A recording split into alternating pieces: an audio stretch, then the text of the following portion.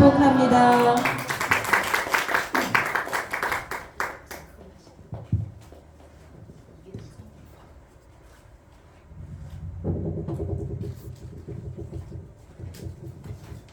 할렐루야, 반갑습니다. 방금 소개받은 강기철 목사입니다. 저는 2007년도 7월, 8월 두 달간 준비기도 하고 세로남교회 아가페홀에서 이 훈련을 처음 시작한 그런 은혜 역사를 제가 지니고 있습니다. 벌써 16년이라는 시간이 흘렀고요. 그 안에 셀 수 없는 하나님의 은혜를 경험했고 또 그 안에 하나님께서 귀한 믿음의 사람들을 만나게 하셔서 오늘 여기까지 그 길을 선히 인도해 주셨습니다. 때로는 아쉬웠던 아픔도 있고 내가 그때 왜 그랬을까 하는 그런 아쉬움도 남는 시간들이 분명 있었지만 때마다 하나님께 섭리하셔서 포기치 않고 여기까지 오게 하셨습니다. 그 모든 것이 하나님의 은혜였음을 고백합니다. 그래서 오늘 제가 여러분과 함께 나눌 직장 순기의 성경적 원리에 대해서 좀 나눠가려고 하는데요. 제가 원래 1학기 때 주 강의가 다음 주에 김남시 목사님이 하실 개인 양육의 원리와 실제를 원래 이제 1학기 때는 제가 주로 하거든요. 다른 훈련, 그러니까 우리 세종, 옥천, 충북, 그리고 여기 청사, 그다음에 연구단지, 서울 삼각지 같은 제가 다 개인 양육 원리와 실제를 강의하거든요. 우리 시청에서만 제가 이 성경적 원리, 직장적인 성경 원리를 이제 섬기게 되었는데요. 여러분 교재 다 펴셨죠? 여러분 교재가 82쪽인데 그죠? 맞죠? 82쪽? 개관 목적입니다. 이 강의의 목적은 같이요 시작. 직장 선교의 성경적 원리를 설명하는 데 있다. 직장 선교의 성경 원리를 설명을 하는데 그냥 설명하는 정도가 아니라 왜 우리가 직장 선교사로 살아가야 하는지 그 이유를 우리 심령에 새기고 결단하면 더 좋겠습니다. 도대체 강기철 목사는 왜 저러고 있는가? 또 우리 섬기는 간사님들은 왜 매주마다 아무런 누가 상 주는 것도 아니고 누가 그렇다고 잘했다고 금전적 보상을 인센티브를 주는 것도 아닌데 저분들이 왜 도대체 뭐 때문에 저러고 계시는가? 우리 훈련생들이 아마 이미 알았을 수도 있겠는데 이 시간에 더 깊이 알아가면 좋겠습니다. 자, 학습 목표 5가지인데요. 같이 우리 훈련생들만 같이 읽어가겠습니다. 1. 이의 성경적인 의미를 정의할 수 있다. 다시 소리가 적은 것 같은데 다시 한번 1 시작. 1의 성경적 의미를 정의할 수 있다. 1. 여기 1은요. 제가 어제도 유튜브로 어느 목사님의 설교를 듣는 중에 목사님이 일을 이분법적으로 구분하시더라고요. 주의 일과 세상 일. 여러분이 생각하는 주의 일과 세상 일은 뭘까요? 혹시 주의 일과 세상 일을 말할 수 있는 분 계세요? 간사님들 혹시 뭐가 주의 일이고 뭐가 세상 일일까?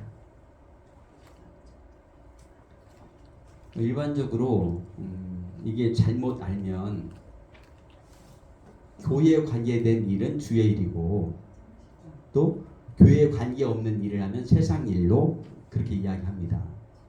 맞을까요? 근데 제가 그러니까 16년 동안 직장 선교 사역을 섬겨오면서 확신하는 것은 그건 잘못 알고 있는 것 같아요.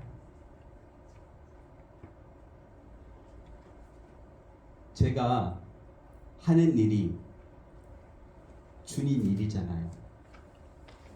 플러스 여러분들이 직장에서 여러분이 맡겨진 그 업무를 감당하는 것이 세상 일일까요? 주의 일일까요? 주의 일. 적어도 하나님을 주로 고백하는 믿음 안에 살아가는 성도는 성도에게 맡겨진 그 업무를 감당하는 것은 주의 일로 구분하는 것이 맞습니다. 어떤 목사님이 예화 설교를 하면서 20년 넘게 교사로 봉직하던 분이 세상 일 그만 내려놓고 주의 일하기 위해서 신학교 갔다고 그런 예화를 하시는 걸 제가 들었어요. 제가 그 이야기 들으면서 그러면 20년 동안 세상 일을 했으니까 엄청난 죄를 지은 건가? 이제 주의 일을 시작한다고 하니 글쎄, 저는 직장 선교사 입장에서 그렇게 생각하는 것이 좀 뭔가 오류가 있다라고 생각했습니다. 하나님의 성도가 하나님의 백성이 직장에서 열심히 땀을 일하는 그 일이 주의 일이에요. 그러니까 여러분들이 오늘 하루 종일 아침 일찍 출근해서 여기 오시기 전까지 열심히 일을 하셨잖아요. 성도에게 맡긴 그 일이 오늘 여러분이 감당하시는 주님의 일이라고. 아직 아마 이 부분이 미스테리로 여겨질 수도 있을 것 같아요. 그런데 직장 선교사로 살아가다 보면 아 맞구나 그렇구나 하는 확신이 올 겁니다. 2번 같이 읽습니다. 2. 우리가 왜 일을 하는지 그 이유를 알 수 있다. 3. 직업과 선교의 관계를 알 수 있다. 4. 기독교인의 신앙과 생활에 대해 이해할 수 있게 된다. 5. 기독 직장인의 정체성을 분명히 알게 된다. 네. 우리의 정체성을 분명히 알게 되는 오늘 강의가 될 겁니다. 함께 잠깐 기도하죠. 하나님 고맙습니다. 직장 선교의 성경적 원리를 오늘 이 한 시간 통해서 저희 심령에 새기게 하시옵소서. 하나님 우리의 생각으로가 아니라 하나님의 그 심령으로 우리 심령 가운데 그 마음을 새겨주셔서 왜 직장 선교를 우리가 감당해야 하는지, 왜 직장 선교사로 살아가야 하는지를 우리 모든 훈련생분들에게 또 섬기는 우리 간사님들에게 그 마음이 충만케 하시옵소서.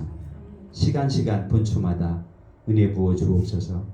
부족하고 연약한 종을 세우셨사온데 주님 긍휼히 여기시고 불쌍히 여기셔서 이 강의를 통해서 하나님 앞에 더 겸손해지며 우리 인생의 삶 중심에 예수 그리스도 그분이 동행하심을 확신하고 감사하고 결단하는 이 시간 되게 해 주옵소서.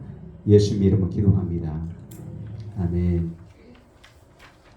여러분, 인생에 세 가지 필수 영역이 있습니다. 적어도 우리 그리스도인들에게 세 가지 필수 영역이 있는데 그림에서 보는 것처럼 직장, 가정, 교회로 우리가 정리할 수 있겠습니다. 그런데 축복의 통로요, 또 사명을 감당하는 선교지요, 성장 성숙시키는 교육의 산실, 이 세 개를 다 통합하면 이 말이 돼요. 축복의 통로로 살아가는 곳이 어디입니까? 가정이고 직장이고 교회입니다. 또 우리가 사명을 감당하는 선교지가 어디일까요? 가정이고 직장입니다. 물론 다 온 가족이 믿음 생활 하시면 굳이 가정을 직장 선교지라고 말하기는 좀 애매함이 있다 할지라도 적어도 직장은 우리가 믿음으로 감당할 선교지입니다.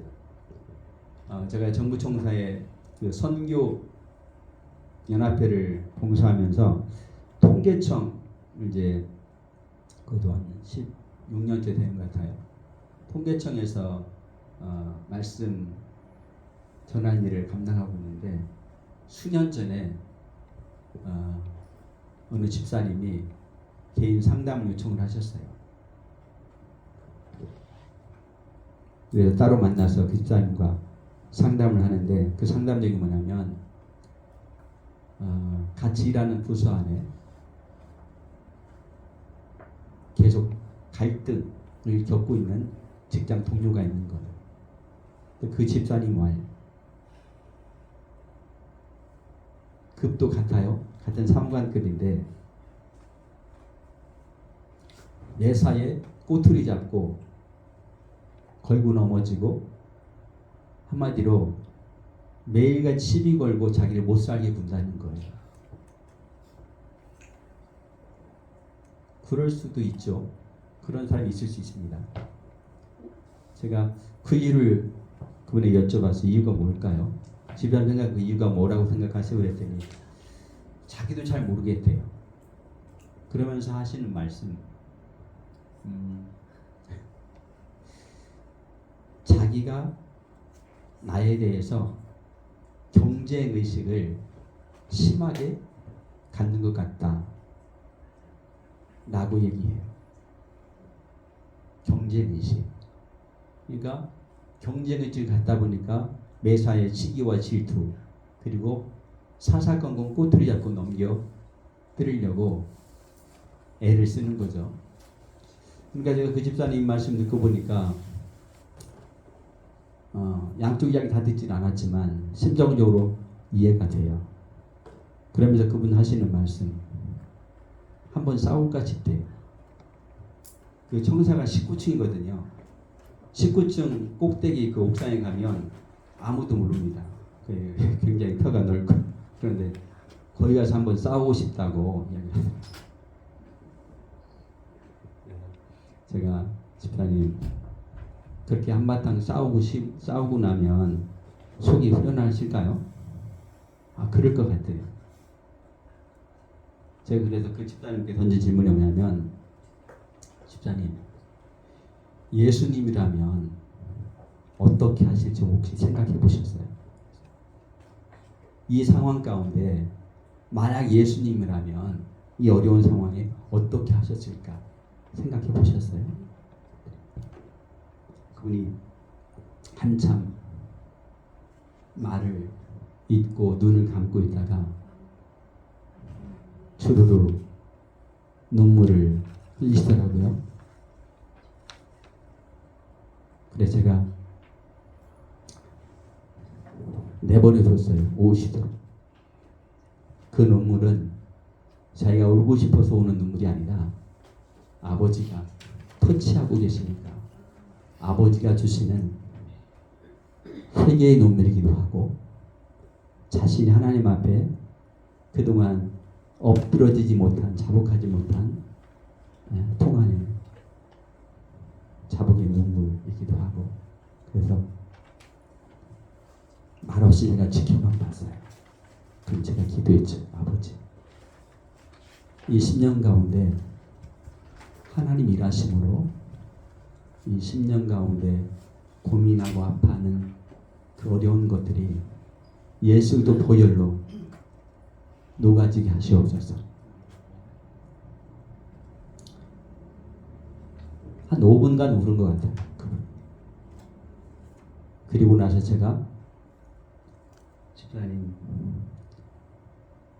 5분간 오셨는데 마음이 어떠신가요?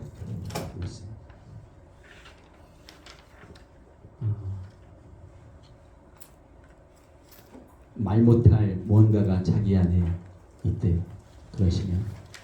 그러시면 제가 집사님 숙제를 하나 드릴게요. 그분에 대해서 더 이상 집사님 미워하거나 같이 시기하거나 분낼 것이 아니라 역지사지로 거꾸로 그분을 한번 개인적으로 만나셔서 용숭한 식사 대접을 하시고 그리고 그분이 뭘 좋아하는지를 아셔서 한번 선물을 좀 해보세요. 그리고 마음이 열린다면 그분에 대한 그분을 향한 편지를 한번 집사님 마음을 담아서 한번 써보세요. 그리고 그것을 한번 전달해 보시죠. 그 숙제를 드렸어요. 2주가 지났어요. 2주가 지나고 그 집사님이 저하고 또 개인 만남을 하자고 연락이 왔어요. 만났죠. 어떤 일이 있었을까요? 2주 후에 그 집사님이 저를 여기 둔산동의 어느 고급진 레스토랑에서 만나자고 하셔서 저의 능력으로는 갈 수 없는 레스토랑에 한번 갔어요. 그런데 귀한 선물 보따리를 하나는 싸들고 저를 그분이 만나러 오셨어요. 그러면서 2주 전에 그분의 불편했던 얼굴, 그 얼굴이 아니라 완전 천사 같은 얼굴로 오셨어요. 그리고 제가 원치도 않았는데 저를 바싹 끌어안고 목사님 너무 감사했습니다. 너무 감사했어요. 그럼 또 우는 거예요. 너무 고맙다고. 여기 이제 앉아 식사를 하며 무슨 일이 있었는지를 이야기 들었죠. 그분의 이야기는 딱 하나 있어요. 목사님 2주 전에 저에게 해주셨던 말씀에 순종했어요. 저는 목사님이 저에게 코치해준 그 말씀이 하나님께서 저에게 해주신 말씀이다 라고 받고 그대로 순종했어요. 그리고 그랬더니 그렇게 평소에 자기를 잡아먹을 듯 그랬던 분이 그렇게 대접을 받고 선물을 받고 자기의 편지를 받고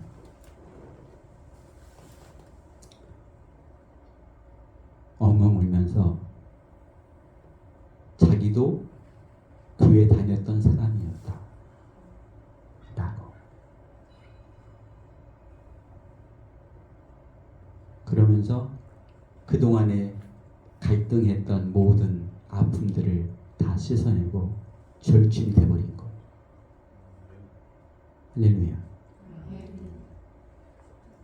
축복의 통로는 바로 그런 거죠. 그러니까 여러분 직장 안에서 축복의 통로로 사는 것이, 은혜의 통로로 사는 것이, 구원의 통로로 사는 것이, 우리가 말은 그냥 쉽게 할 수 있어요. 말은 얼마든지 할 수 있는데 플러스 알파가 있어야 되지 않을까요? 플러스 알파가 뭘까요? 행동입니다. 삶입니다.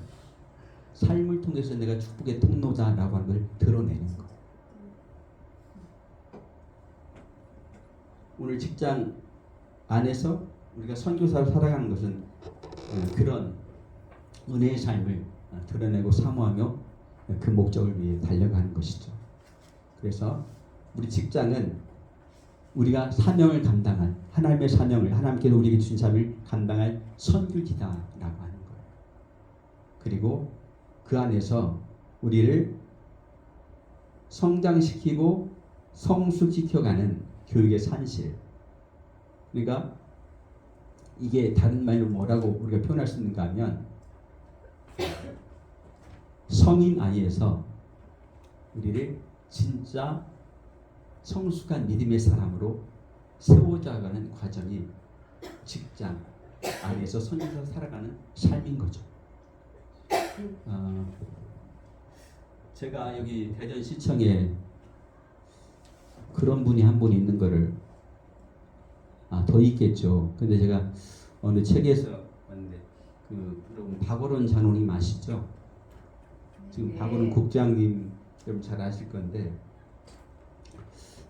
그분이 우리 시청 안에서 그렇게 믿음의 덕을 잘 세우신다고 제가 밖에서도 이야기를 들었습니다. 정말 열심히 믿음으로 삶을 잘 사신다고 제가 이야기를 들었는데 그런 것이죠. 하나님께서 우리가 이 세상을 살아가는 데 필요한 중요한 세 가지 기관을 주셨습니다. 가정, 교회, 직장. 앞에서 그림 보셨죠? 이 세 가지 우리 성도들에게 없으면 안 될 필수적인 영역이죠. 직장이라면 이 세 가지 가정, 교회, 직장을 떠나서는 살 수 없는 거죠. 그래서 우리 하나님께서 우리에게 주신 가정과 교회, 직장이 때로는 짐이 될 수도 있지만 그러나 이 땅을 살아가는 데 없으면 안 될 중요한 축복의 통로고 사명을 감당해야 하는 선교지이죠. 그리고 우리를 성장시키고 성숙시켜 주시는 교육의 산실입니다. 그것이 가정이고 직장이고 교회입니다. 그러니까 교회 안에서 열심히 은혜 받고 뜨겁게 찬송과 기도 잘했는데 교회 문턱을 나서면 내가 언제 그랬냐 하는 것처럼 전혀 그리스도인답지 않게 사는 사람이 있을까요? 없을까요? 있어요. 있어요. 새벽기도 갔다가 이웃집 울타리에 애호박이 있어서 애호박을 따다가 아침에 맛있는 된장국을 끓여서 가족들에게 잘 먹게 하셨습니다.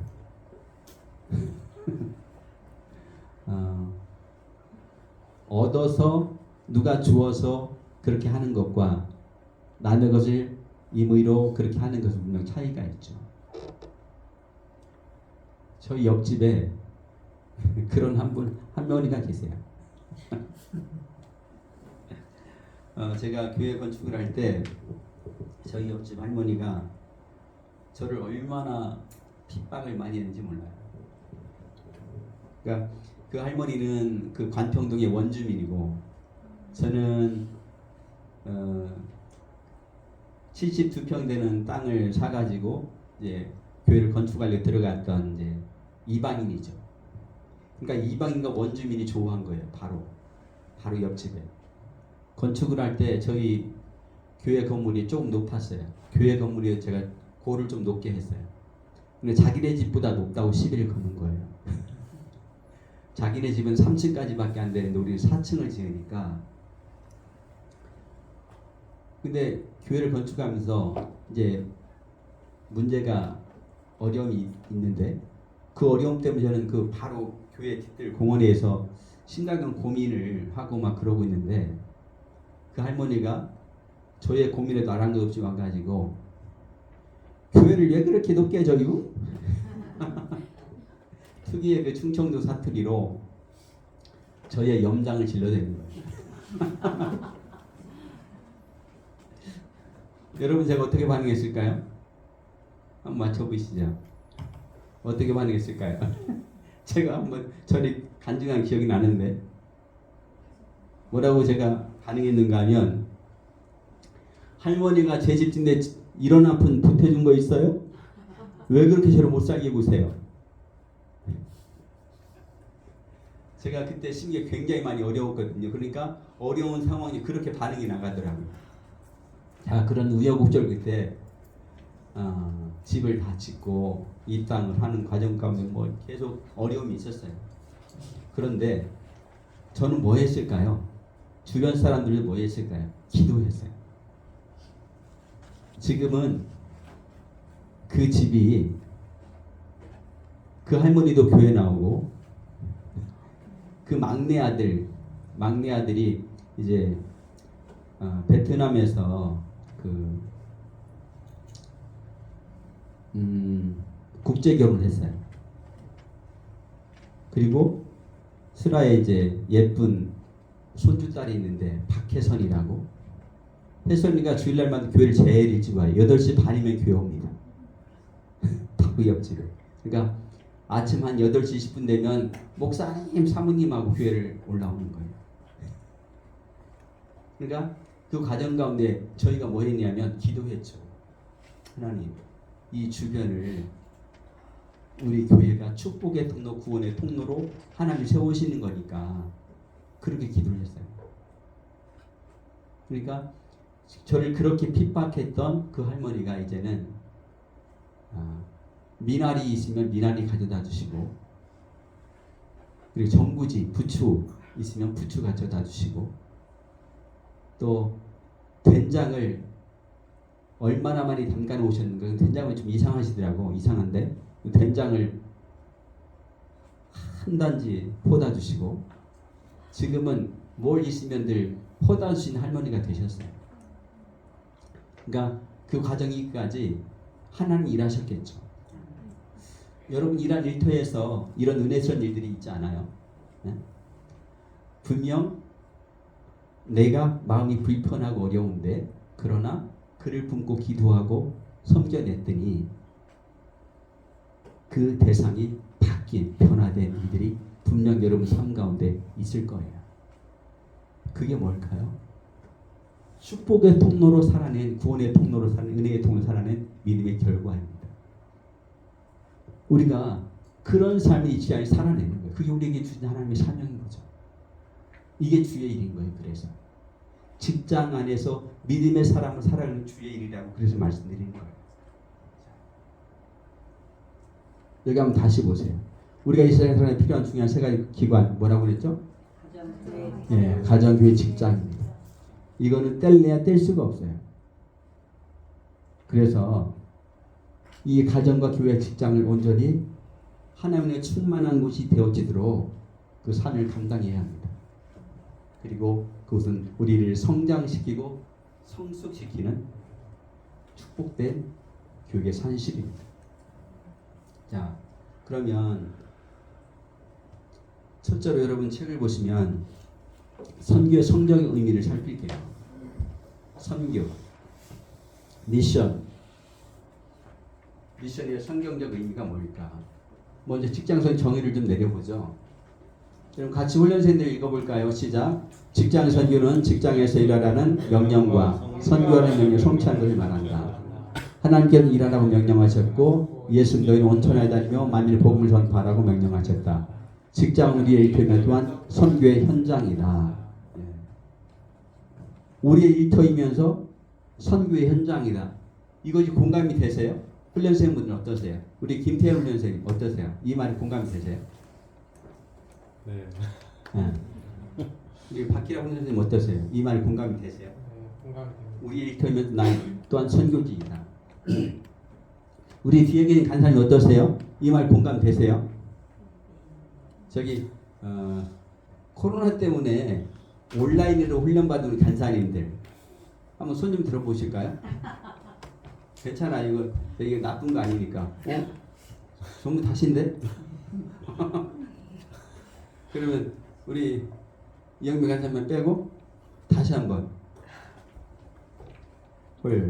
우리 임철 간사님 두 분만 빼고 오진수 간사님 빼고 할렐루야네. 할렐루야. 우리 줌으로 할 때 이거 들으셨어요, 강의?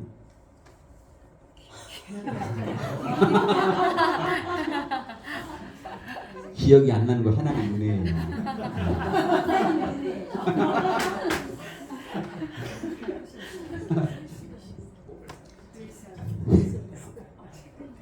직장 선교는 직장에서 일하라는 명령과 선교할 명령을 성취하는 것입니다. 네. 제가 처음에 이 직장 선교를 같이 할 때 저에게 어려운 말들이 참 많이 던져져 왔어요. You're crazy? 너 미쳤어? 라는 소리를 많이 들었어요. 왜냐하면 교회를 개척하고 건축하면서 이 직장 선교를 같이 병행을 했거든요. 분명 프라이어티에 있어서 뭔가 좀 문제가 있을 수 있겠다라고 보는 분들이 분명 계셨죠. 근데 저는 어쨌든 다른 분들의 시선에 의해서 내 사역을 펼쳐가는 것이 아니기 때문에 하나님께서 내 마음의 감동, 감화를 따라 내가 사역을 펼쳐가는 것이기 때문에 비록 주변의 사람들이 나에 대해서 그런 불편한 이야기를 많이 했지만 그러나 제가 이 선교, 직장 선교의 끈을 놓지 않았어요. 무던하게, 꿋꿋하게. 분명 어려움이 있었어요. 어려움 없었다는 게 절대 아닙니다. 훈련생 모집이 안 돼가지고요. 그 새로남교회에서 훈련 처음 초창기 할 때 2번 하고 나니까 3년째인가 훈련생이 잘 모집이 안 되는 거예요. 4년째도 그렇고. 그래서 그때 당시 간사님들 다시 재훈련했어요. 훈련생이 2분밖에 모집이 안 되고 그러는 거. 그래서 근데 제 마음 가운데 훈련생 2명인데 만약 훈련 포기하면 다시 일으킬 수 없는 거예요. 그 마음 주시는 거예요. 그래서 제가 여기서 놓을 수 없다. 놓치면 안 된다. 놓치면 끝이다. 라는 그 마음 때문에, 절박함 때문에 2분의 훈련생 플러스 알파 5분의 간사님들 같이 재훈련합시다. 네.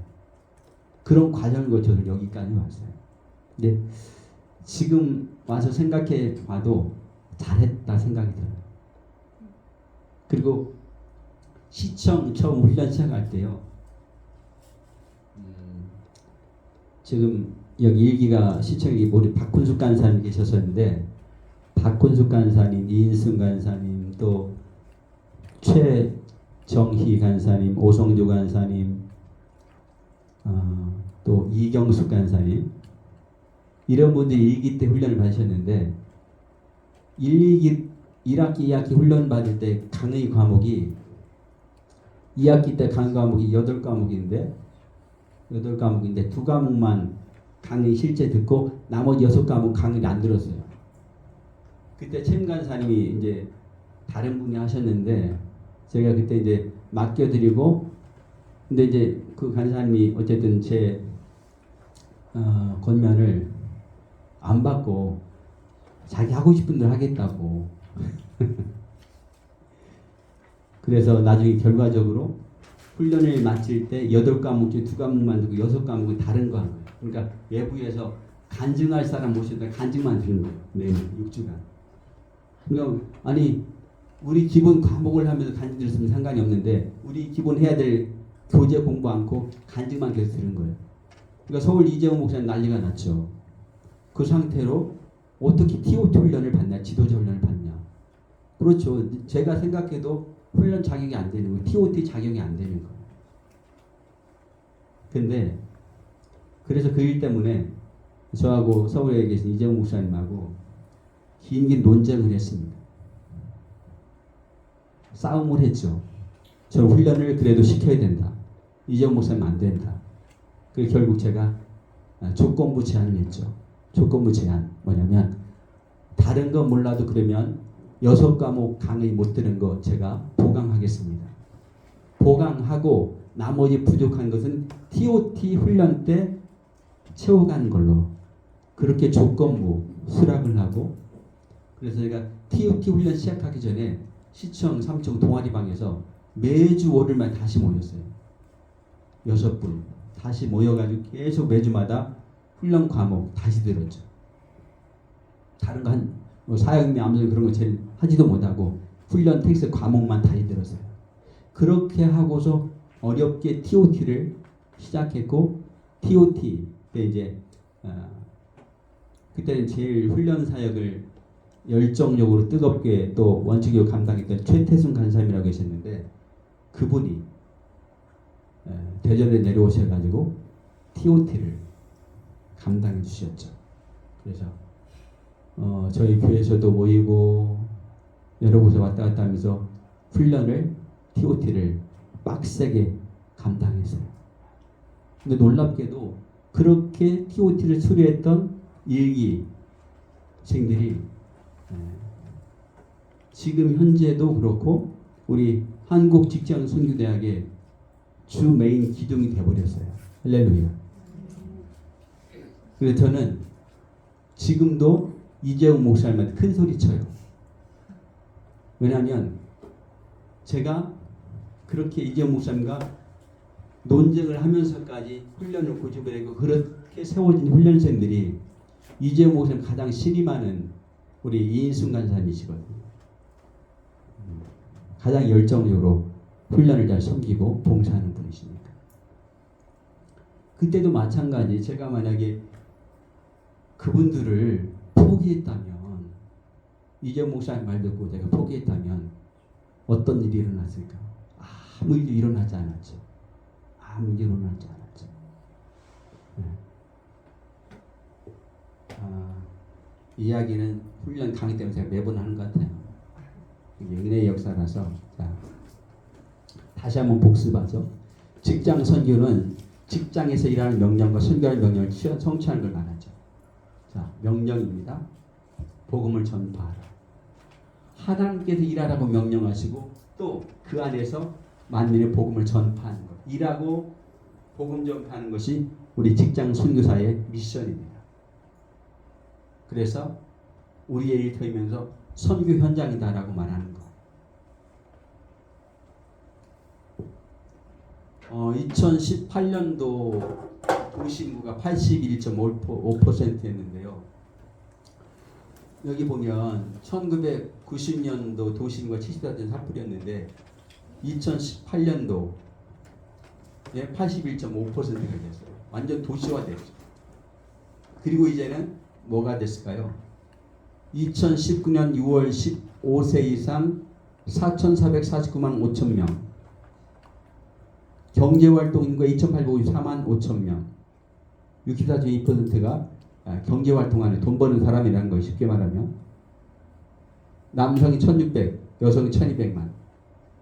놀랍죠. 자, 그러면 이 말이 무슨 말인가 하면 웬만한 사람들 직장 생활 다 하고 있다는 거예요. 일주일 168시간 동안에 가장 중요한 시간들을 어디에 살고 있다? 직장에 살고 있다는 거예요. 대부분의 사람들이 직장에 살고 있는 거예요. 그러면 직장에서 살고 있는 사람들을 누가 전도해야 될까요? 여러분 그 생각해 보셨어요? 직장 안에 살고 있는 그리스도인들이 그들을 전도해야 되는 거예요.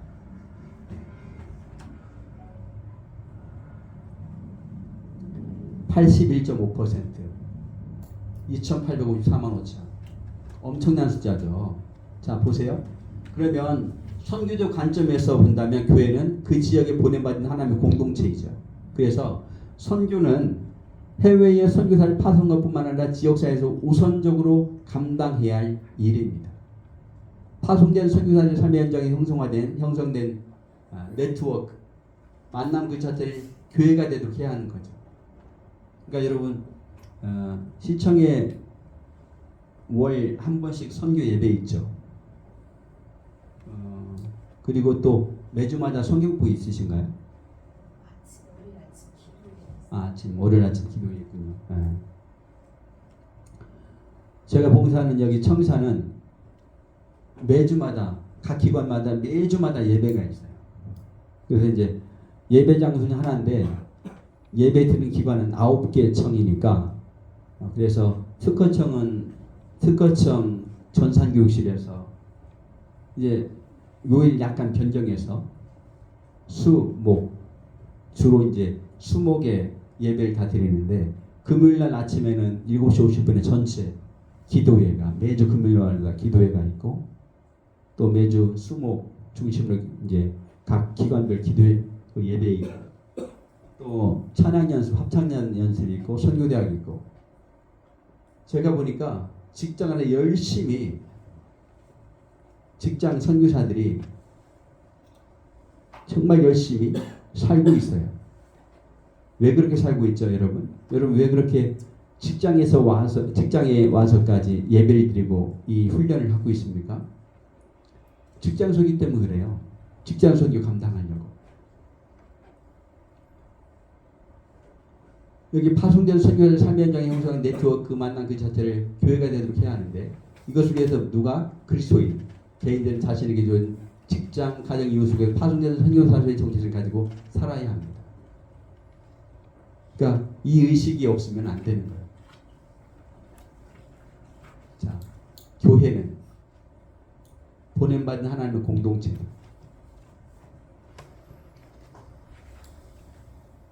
이 말이 이해가 돼야 되는데요. 선교적 관점에서 본다면 교회는 그 지역에 보냄받은 하나님의 공동체.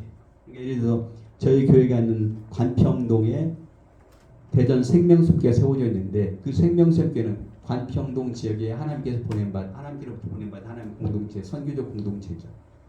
그러면 선교는 해외의 선교사를 파송한 것뿐 아니라 뭐예요? 사회에서 우선적으로 감당해야 할 일인 거죠. 그러면 파송된 선교사들이 관계, 네트워크 만난 그 자체가 교회가 되도록 해야 하는 거죠. 그러니까 이것이 직장에 그대로 옮겨져 오는 거예요. 직장으로. 그래서 직장, 가정, 이웃 속에서 파송된 선교사로서의 정체성을 가지고 살아야 하는 것. 이것이 여러분들이 고취시켜야 할 그러한 직장 선교사로서의 정체성인 거죠. 하나님의 파송된 선교사로서 삶 속에서 메신저와 메시지가 되어야 하죠. 지난주에 올라오셔서 강의해 주셨던 우리 최종수 간사님. 최종수 간사님 지금 이제 그 완주에서 연수를 하고 11월 달에 올라온다고 제가 얘기를 들었어요. 그분도 시청 안에서 열심히 잘 살고 계시죠. 그냥 직장인으로서의 삶을 넘어선 직장 선교사의 삶을 잘 살고 계신 거죠. 여러분도 그러시잖아요. 여러분 생각할 때 이분법적으로 살고 계시다라고 생각하는 분 계세요? 없지요. 잘 살고 계시잖아요. 나름대로. 그러니까 여러분과 같은 훌륭한 직장 선교사들이 더 많이 세워지고 공동체, 끈끈한 형성을 관계를 맺으면 이제 시너지 효과를 내는 거죠.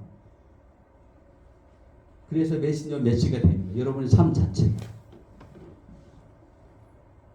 저분에게 이 업무가 맡겨지면 다른 사람보다도 일을 잘 감당할 뿐 아니라 뭔가 다르다라고 하는 느낌을 전하는 것. 그게 메신저 메시지예요. 어느 자매 간사님이 상담을 해왔어요. 목사님, 제가 너무 힘들어가지고 어떻게 해야 될지 모르겠어요. 뭐가 힘드신데? 일이 너무 많다는 거예요. 일이 너무 많대요. 어떤 일이 너무 많은데요. 상사분들이 자기에게만 일을 맡긴대요. 그래서 제가 두 가지로 그 자매에게 얘기를 해줘. 자매님, 축하드립니다.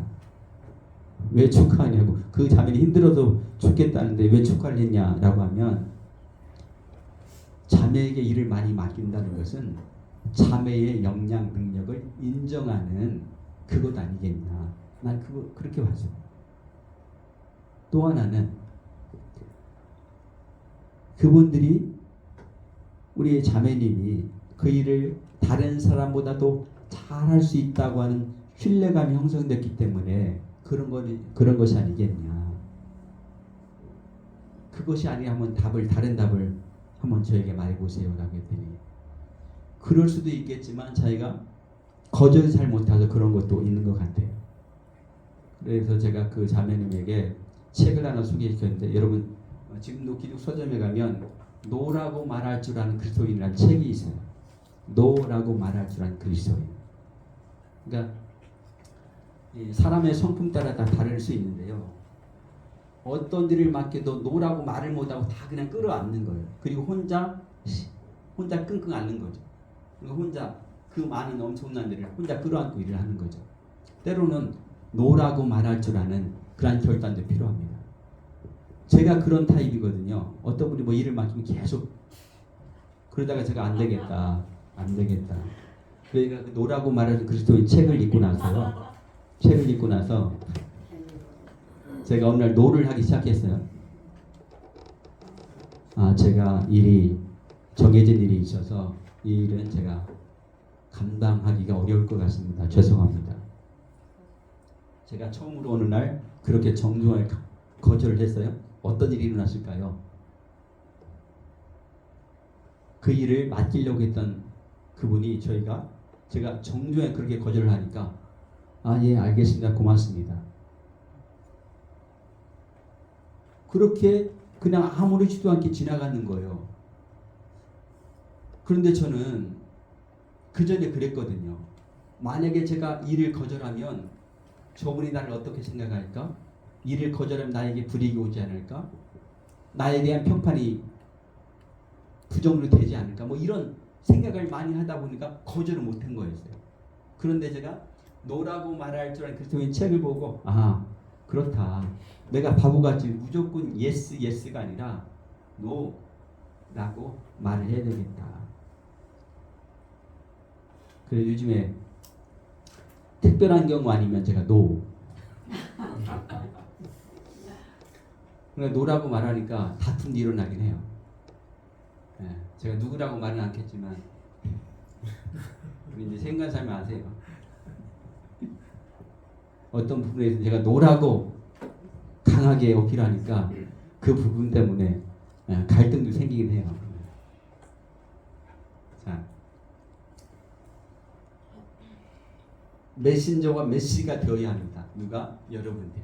그러니까 여러분들은 이게 이 말이 부담스러울 수 있는데 여러분은 움직이는 작은 예수다. 난 의식이 있으면 좋을 것 같아요. 혹시 그 생각 해보셨어요? 박은자 권사님. 박은자 권사님은 나는 움직이는 작은 예수야. 라는 생각 해보셨어요? 해보셨군요. 축하합니다. 그런 생각 하셨을 때 간사님 마음이 어떠셨나요? 부담되셨어요? 아니면 행복하셨어요? 부담되셨군요. 오진숙 간사님,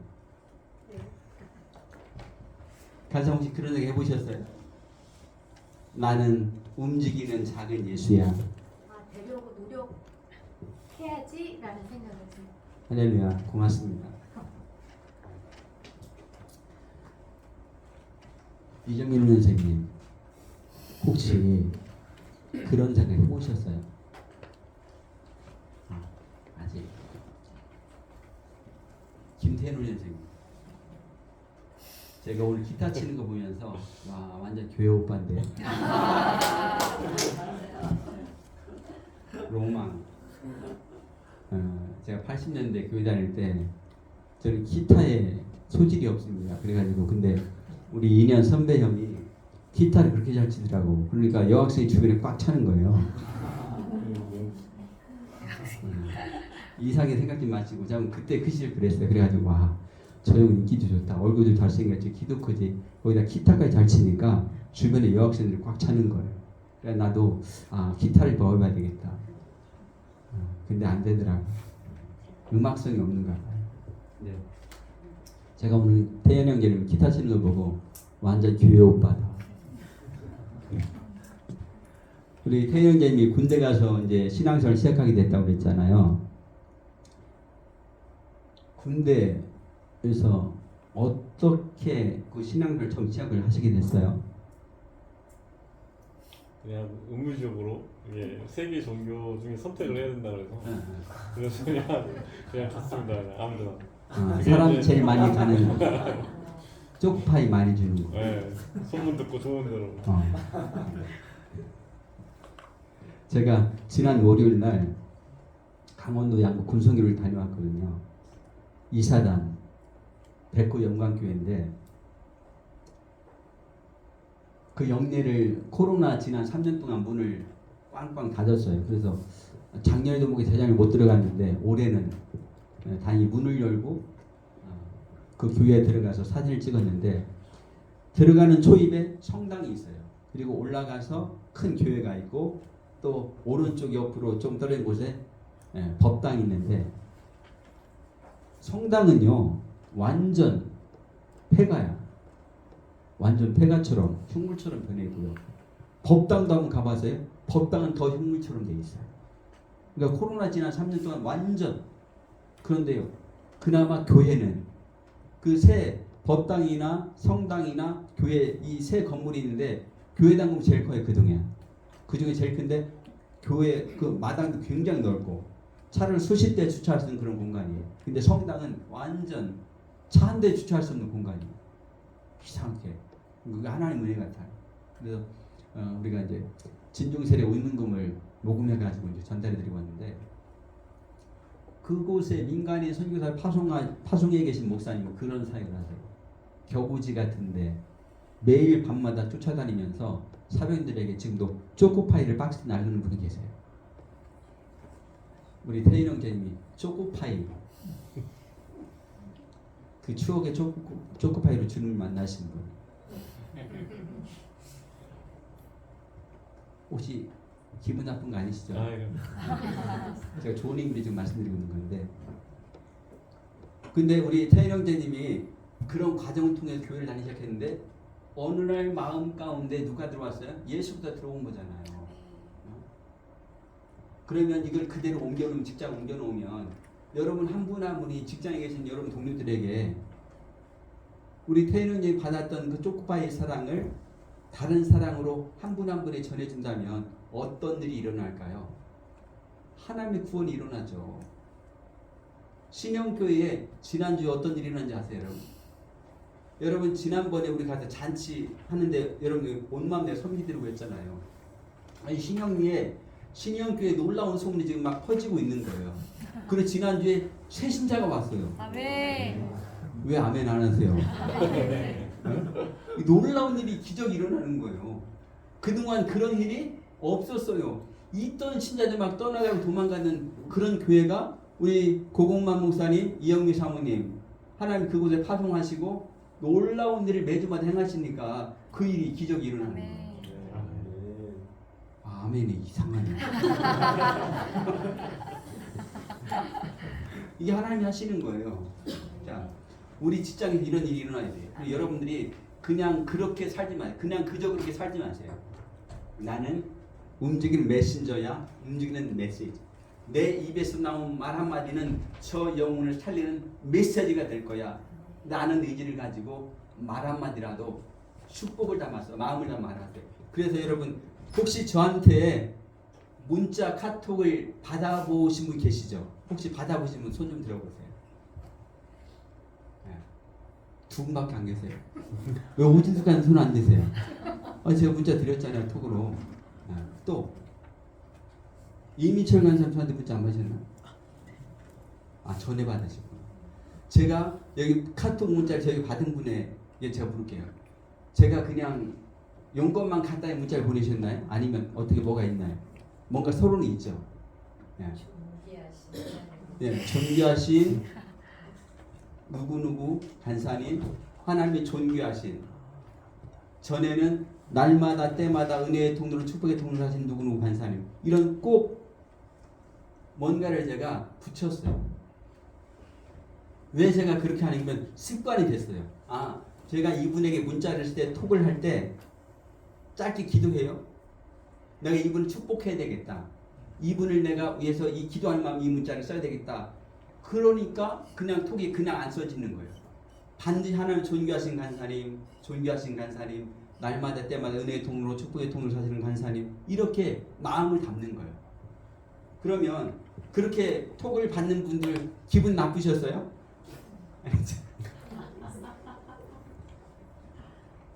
그러니까 여러분들 직장에서 말 한마디를 내 던질 때 그 던져지는 말이 그분에게 은혜가 되어야 돼요.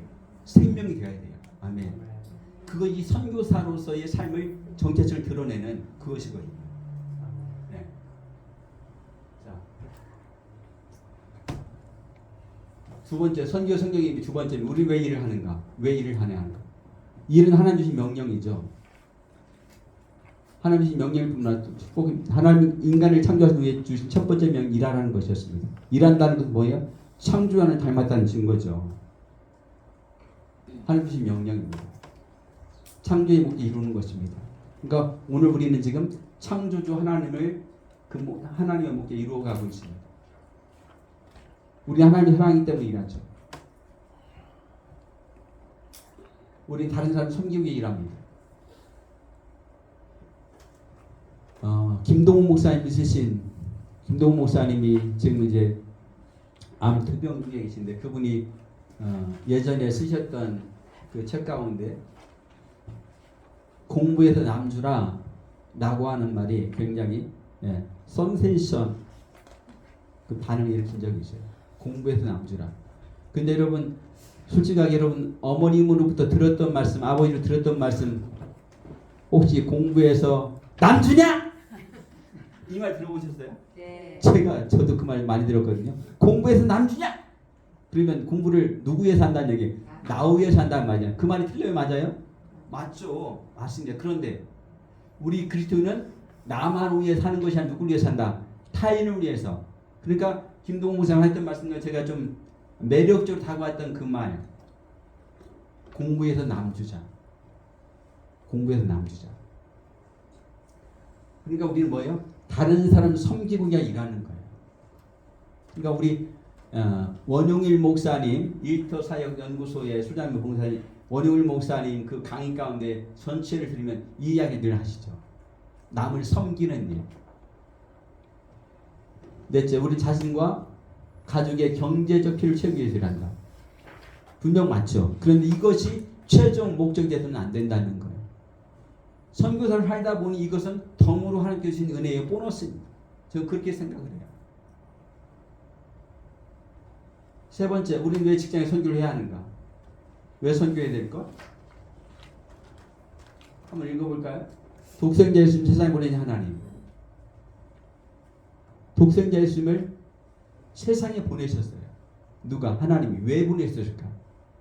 우리 사랑하시기 때문에. 자, 여기 보면 선교 주인 하나님은 근본 하나님과 본체시며 동등하신 예수님 세상에 보내주셨습니다. 하나님, 예수님 세상. 그러니까 이 세상을 사랑하셨기 때문에 죄악된 세상으로 바뀌어진 변질된 세상을 변화시키시기 위해서 하나님 예수님 이 땅에 보내주신 것이죠.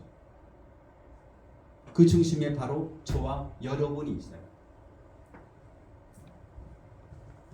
제자를 세상에 보내신 예수님. 예수님은요 3년 동안 제자를 훈련시키셨어요. 그들을 세상의 모든 일을 구원하기 위해 세상을 보내면서 뭐라고요? 가서 제자 삼으라 명령하시죠. 가서 제자 삼으라.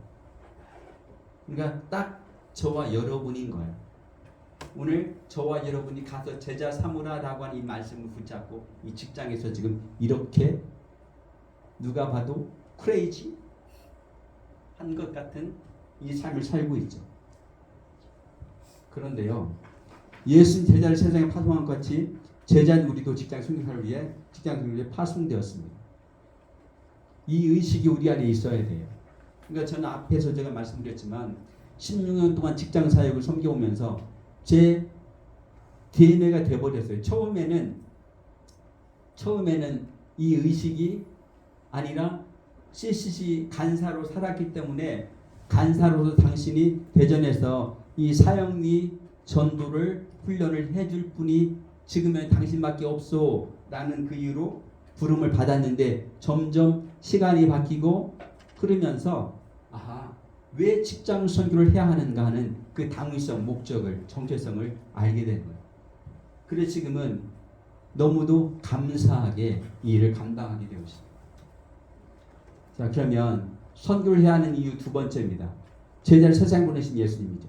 복음이 예수님으로부터 제자들을 거쳐서 우리에게 전해졌습니다. 지상명 성취를 위해 직장으로 파송된 우리도 직장 속에 충성된 사람을 찾아 제자 삼는 일을 마땅히 해야 하는 거예요. 다음 주에 개인 양육의 원리와 실제를 이제 우리 김남정 목사님 통해서 들으실 텐데 여러분 혹시 지금 개인적으로 전도한 분을 양육하고 계신 분 계신가요? 혹시 우리 훈련생들 가운데 아직 시작을 안 하셨죠? 못 하신 거예요? 안 하시는 거예요? 안 하시기도 하고 아직 좋습니다. 어쨌든 그런데 여러분들이 전도한 분을 그냥 내버려두면 어떻게 될까요? 그 전도한 분이 전도받은 분이 어쨌든 여러분들이 예수님 전했을 때 영접을 하셨었잖아요. 그분들이.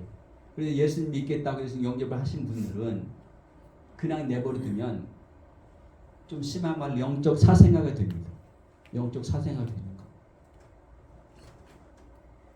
그러니까 영적 사생아 되는 것을 막기 위해서 우리가 개인 양육을 해야 되는데 그래서 24시간에서 48시간 이내에 그를 찾아가 만나주고 1대1 교제를 해가는 그런 과정이 이제 1대1 양육, 개인 양육인데요. 여기 직장 선교 사역하는 바로 그런 거예요. 직장소에 충성된 사람을 찾아 제자 삼는 일, 마땅히 감당해내는 것. 세 번째, 같이 한번 읽어볼까요? 여기 시작. 너희와 승천하시고 성령을 보내심으로 제자의 약속을 지키셨습니다. 아멘. 세상 속에 제로 동행하는 성령님이세요. 그러면 여러분들 열심히 직장 선교자의 삶을 살고 있는데 여러분 혼자 그냥 내버려 두실까요? 아니, 우리 하나님 결코 그런 분이 아니세요. 나보다도 더 나를 잘 아시는 분이시기 때문에 내가 아파할 때 우리 주는 더 아파하시고 내가 울 때 우리 주는 더 많이 우세요. 그분이 예수님이세요. 그래서 세상 속의 제자들과 늘 동행하시는 예수님이세요. 자, 그러면 직업적인 관계로 넘어가겠습니다. 선교란 무엇인가? 맥가브란 목사님의 글인데요. 같이 한번 읽어보겠습니다. 시작.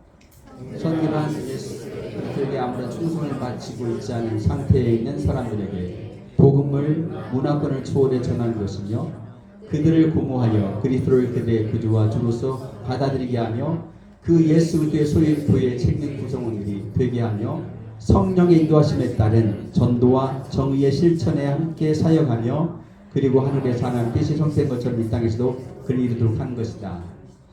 맥가브란 목사님 이야기.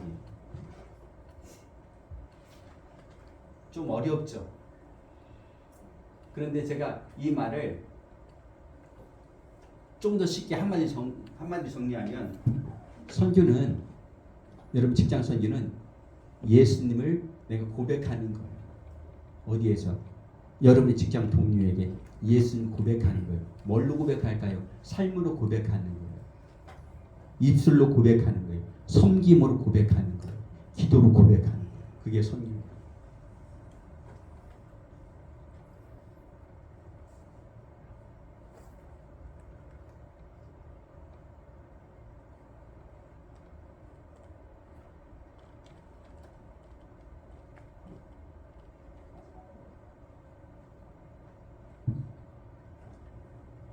여러분의 삶의 고백이 예수 그리스도인 것을 세상 사람들이 드러낼 때 그들은 예수를 믿고 싶어 할 겁니다. 그 삶의 진정성이 담겨져 있다는 말이죠. 안승호는 그의 저서 현대 선교 신학에서 WCC 세계교회 협의회와 방콕의 Commission on World Vision and Evangelism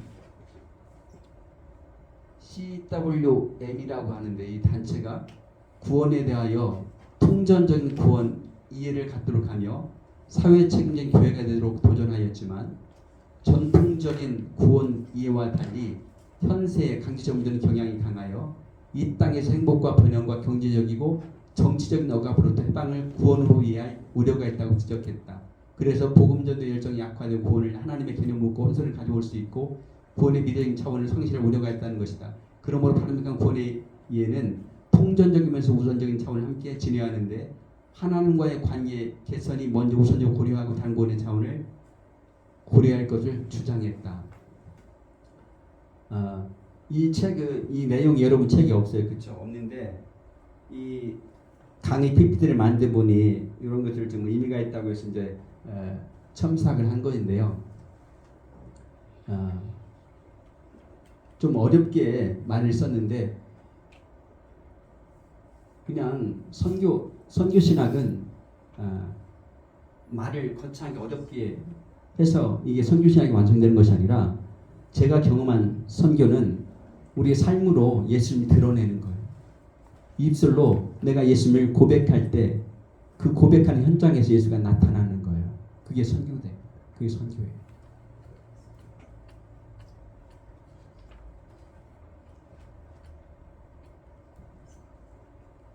이 사회의 수많은 악과 문제를 해결하려고 한다고 해도 인간이 갖고 있는 죄와 죄의 본성을 해결하지 않는 것은 근본적인 해결이 될 수 없기 때문이다. 따라서 선교에서 그 초점은 이 세상을 사랑하지 구원하신 하나님과의 이 세상의 죄와 문제를 해결하기 위해 오신 예수 그리스도와 그가 보낸 성령에 맞춰야 할 것이다. 앞에서 한 이야기들은 좀 어렵게 그건 지워도 돼요. 몰라도 돼요. 이게 정답이에요. 하나님과 이 세상의 죄와 문제를 해결하기 위해 오신 예수 그리스도와 그가 보낸 성령에 맞춰야 하는 이게 선교예요. 그러니까 여러분의 입술로 고백되시는 예수가 삶 속에서 드러날 때, 나타날 때 이게 선교가 되는 거예요. 자, 그러면 여러분 주제로 돌아와서 직업과 선교입니다. 직장에서 일하라는 명령과 선교라는 명령이 있어요. 하나님께서 일하라고 명령하셨고 예수님 너희는 온천의 자리 만민의 복음 전파라고 말씀하시죠. 직장은요 우리의 일터예요. 자 여기 보세요. 직장, 워크페이스. 하나님이 그들에게 복을 주시며 하나님 그들에게 이르시되 생육하고 번성하여 땅에 충만하라. 땅을 정복하라. 바다의 물고기 하늘의 새와 땅 움직이는 모든 생물을 다스리라 하시니라. 그러니까 이 말씀 뭐냐면 자연 만물은 선교의 대상이 아니라 돌봄과 관리의 대상이라고 하는 거예요. 너희는 온 천하에 만일 복음을 전파하라 말씀하시죠. 직장, 이게 두 가지로 나눠서 보는 거예요.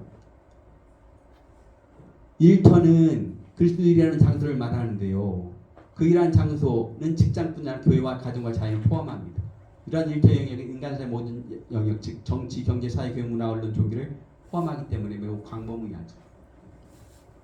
자, 선교적 관점에서 이것을 다시 다르게 보면 선교는 같이 한번 읽어볼까요? 훈련생들만. 선교는 궁극적으로 하나님께 통치하신 나라를 이루는 것인데 개인의 구원을 위해 복음을 전하는 것뿐만 아니라 그리스도인들이 일하는 가정과 직장에서도 이루어지도록 해야 합니다. 그런데 이렇게 인간사의 모든 영역에서 하나님의 나라가 이루어지도록 하기 위해서는 어떤 목회자, 개인이나 교회 안에서만 할 수 있는 것이 아닙니다.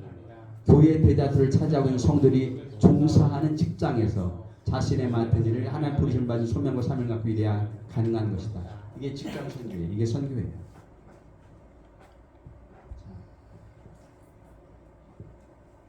직장 선교, 다른 말로 정의하는데요. 한번 볼까요? 현대 선교 사주에서 지나치게 생태계 문제를 부각시켜서 피조물의 관리를 선교의 관리로 포함시키고 있다. 생태계 관리는 단지 윤리의 문제이고 윤리 문제는 선교의 방법이 해당되는 사항일 뿐이다. 인간이 피조물의 대표로 지음받았기 때문에 피조물들의 구원이 인간에 의존되었으므로 구원의 문제에서 가장 중요한 문제, 인간의 구원 문제를 다루는 곳이 곧 선교인 것이다. 자, 그럼 미션 선교적 관점에서 깨지는데요. 그렇다고 창조 세계에 대한 책임이 중요하지 않다는 말이 아니라 그 일을 선교적 책임으로 볼 수 있는 대상이 아니라는 의미입니다. 피조물들이 구원받기 위해 복음을 받아들이고 하나님을 믿어야 할 대상이 아니기 때문에 성경은 피조물을 정복하고 다스리라고 하셨지 구원하는 명령하시지 않았습니다. 다스리는 명령. 이게 선교적 관점에서 이렇게 다르게 봅니다. 자, 여기 하나님의 소유만 볼게요. 하나님의 소유는 하나님의 백성의 독특한 하나님께 속한 존재라는 것이에요. 제사장은 뭐예요? 하나님의 백성은 중재로서 열방에게 하나님이 아는 지식을 전해주고 하나님께 인도하는 역할이 제사장이잖아요. 거룩한다는 뭘까요? 하나님 백성은 삶의 모든 정직, 정의, 자비로운 삶을 실천하는 윤리적 거룩성을 지닌 존재가 이 선교적 관점을 보는 거예요. 자. 시간 때문에 시간을 줄이기 이걸 좀 그냥 스킵하겠습니다.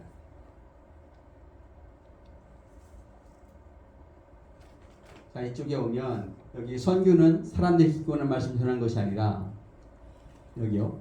사람들이 듣기 원하는 말씀 전하는 것이 아니라 하나님의 말씀 전하는 것이라는 거예요.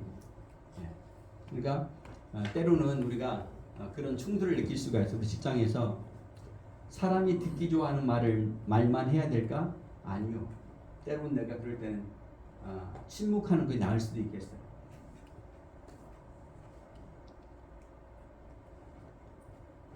주신 말씀을 전하는 것이 되어야 한다. 현대 선교사들은 하나님의 진리를 선포하겠다. 대화, 타협, 공개를 모색하는 경향이 있죠. 이것이 좋다는 말이 아니에요. 하나님의 진리를 선포하기보다 대화, 타협, 공개를 모색하는 경향이 있다. 이게 좋은 말은 아닌데요. 자, 하나님이 통치하는 그의 나라는 하나님이 이루시고 인간들을 하나님 만든 그 선물을 믿음으로 수용하는 것이다. 하나님이 이루시는 거예요. 그리고 하나님이 만드신 그 선물을 믿음으로 수용하는 것이 선교적 관점인 거예요.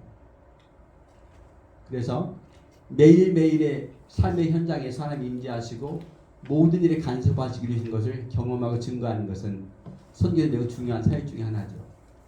그래서 우리가 순모임 때 쉐어링 하잖아요. 간증 나누잖아요. 삶의 한 주간 삶을 나누고 또 우리의 기도 제목 나누고 함께 기도하고 하는 것인데 우리의 선교를 그렇게 이뤄가는 거죠. 그래서 여기 보면 믿지 않는 사람들이 일터에서 기독 직장인들과 함께 하시는 하나님의 임재와 인도와 역사를 직접 경험하는 것은 강력한 복음의 메시지가 될 수 있겠죠. 그러니까 직장 선교사들이 왜 필요한지 그러니까 훈련된 직장 선교사가 왜 필요한지를 여기서 우리가 알 수 있겠어요. 하나님 임재와 역사와 직접 경험하는 강력하게 우리가 선포하는 거, 드러내는 거, 그것이 복음적 메시지가 되기 때문에 그런 거죠. 자, 직업과 설교의 관계인데요. 직장 그리스도인은 직업의 사명과 설교 사명을 감당해야 하는데 직장 생활과 신앙 생활을 명확히 구분해서 서로 다른 영역을 여겨 직업을 선교와 무관하게 보아서는 안 될 거예요. 그러니까 아까도 제가 앞에서 이미 말씀드린 것인데 신앙과 직업은 따로따로 이분적으로 보아서는 안 된다고 제가 앞에서 말씀드렸습니다.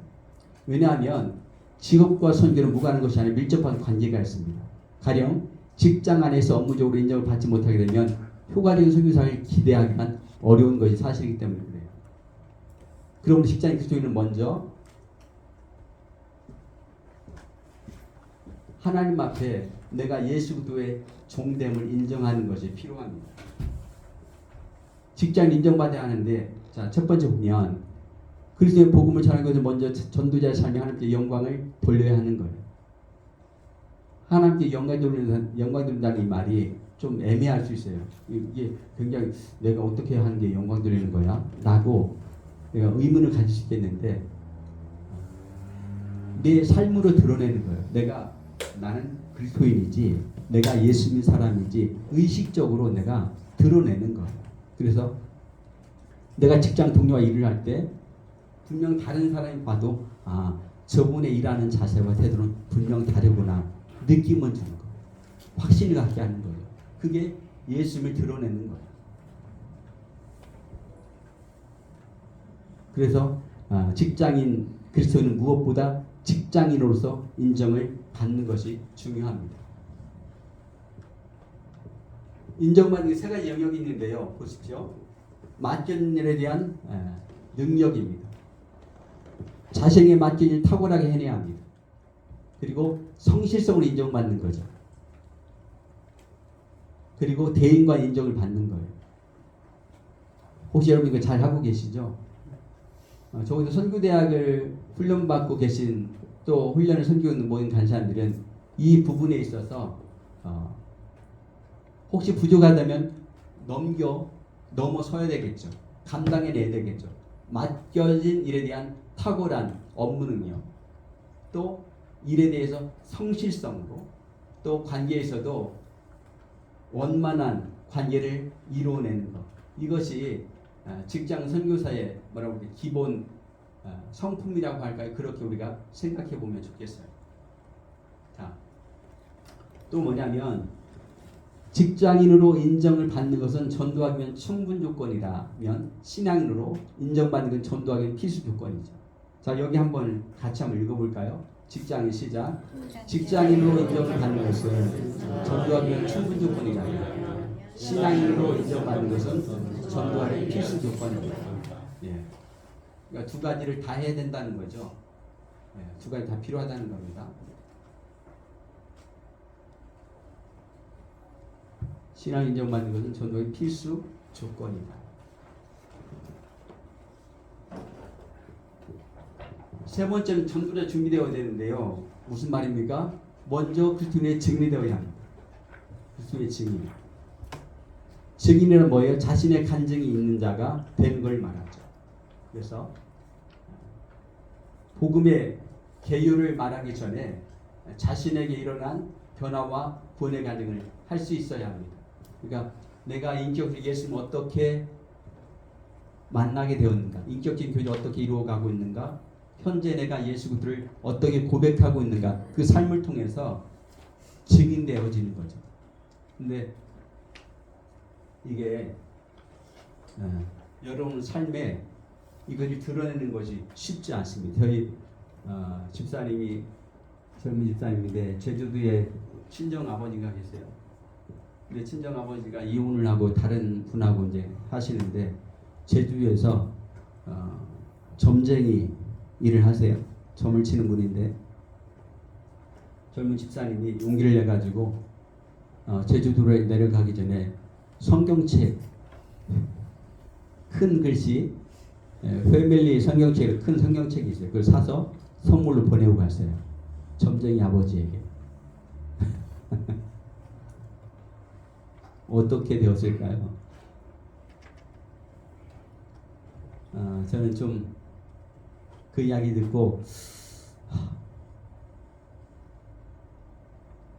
선물을 사서 가지고 가지 왜 택배로 보냈을까 그런 아쉬움이 들었어요. 어쨌든 같이 기도했는데 다녀와서 그 집사님 간증을 제가 주일날 오후에 들었는데 뭐라고 하는가 하면 그 아버지가 성경책을 불태워버리고 싶었는데 보니까 너무 비싸 보였는 거예요. 자기 딸이 보낸 성경이 너무 비싸 보여서 차마 불에 태울 수가 없었다. 그래서 야 너가 도로 가져가서 다른 사람에게 주든지 어떻게 하든지 팔든지 해라. 아깝다. 저는 그 말을 전해 듣고 굉장히 불행 중 다행이다 싶었어요.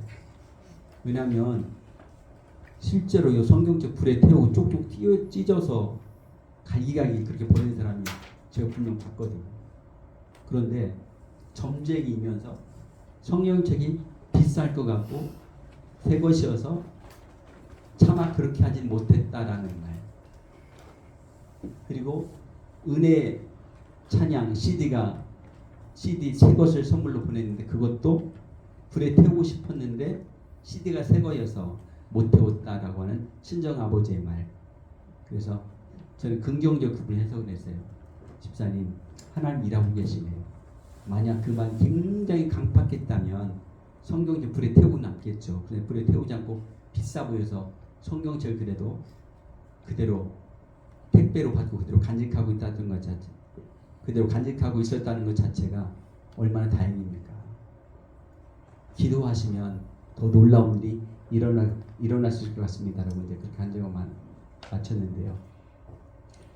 그리스도에 증인된다는 것은 쉬운 일은 아니에요.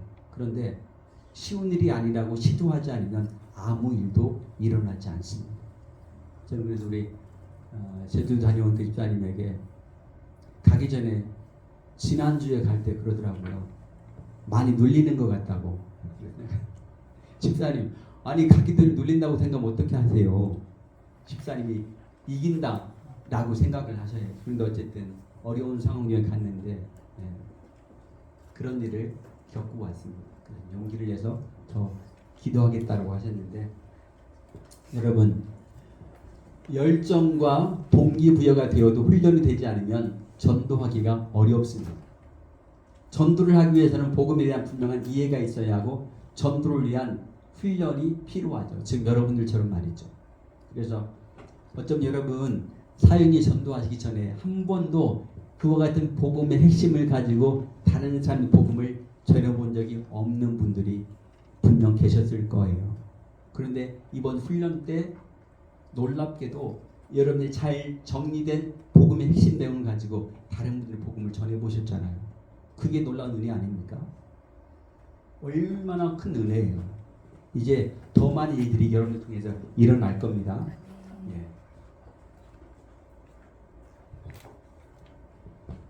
이제 양육자가 되어야 되는데요. 양육되어진 사람들에는 직장에 계속적으로 전도하는 게 이루어지게 할 수 있습니다.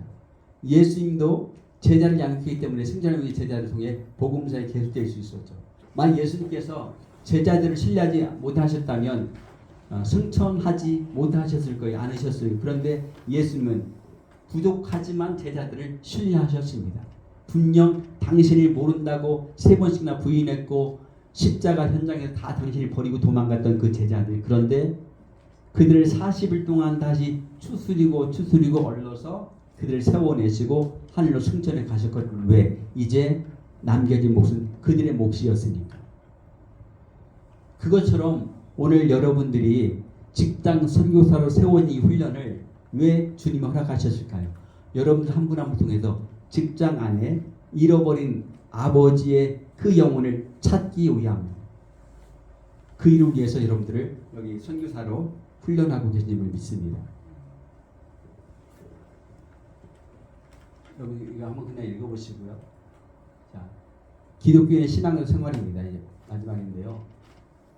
한국교회 성도들의 신앙의 열정이 주로 예배, 기도, 전도 같은 교회의 행동으로 표현됩니다.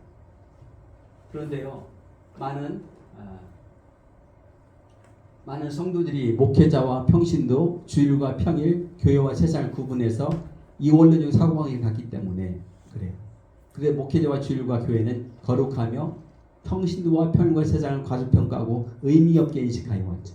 그 결과 성도들의 일상적인 삶이나 가지고 믿지 않는 사람들과 별로 구별이 되지 않는 경우가 많았습니다. 종교적으로 세상과 구별이 되는데 일상의 생활은 다른 것이 없기 때문에 이게 이원론적으로 우리가 신앙생활을 해왔다는 이야기예요.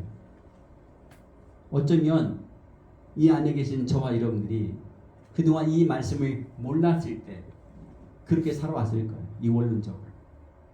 교회 안에서만 거룩한 것처럼 밖에서는 별로 내가 믿는 척, 믿지 않는 척 그런 삶을. 그런데 거꾸로 돼야 되지 않아요?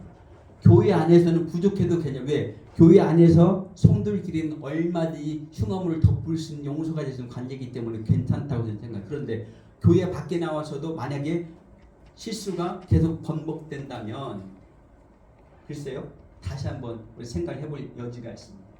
오히려 교회 밖에 나와서 교회 밖에 세상에 나와서 우리가 더 잘 살아내야 되지 않겠어요?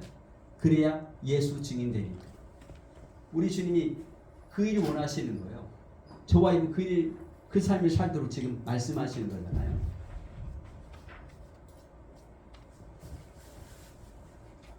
그러니까 앞에서 한번 이야기된 얘기 반복하면 교회는 세상을 변화시키기 위한 훈련 장소이고 그 훈련된 장소에서 훈련받고 나오면 이제 뭐 해야 돼요? 내가 예수님의 증인입니다 라고 드러내는 거예요. 그러니까 이거 떨어질 수가 없는 거. 교회와 세상, 교회와 직장, 가정과 교회 떨어질 수가 없는 거예요. 왜? 교회에서 배운 말씀을 가정에 실천하는 것이고 교회에서 훈련된 말씀을 직장 안에 드러내야 하기 때문에 이거 뗄래야 뗄 수 없는 거예요. 오히려 더 끈끈한 관계가 되어야 하는 거죠. 그런데 그동안 우리 한국교회는 이것을 이분법적으로 이원론적으로 가르쳐왔기 때문에 어쩌면 많은 세상으로부터 질타를 받지 않았는가 그렇게 생각돼요.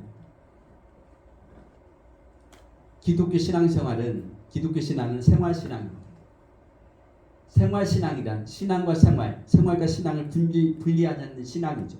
그리고 기독교 신앙은 가정, 직장, 사회, 문화 등 모든 삶의 영역을 포함하는 거예요. 네.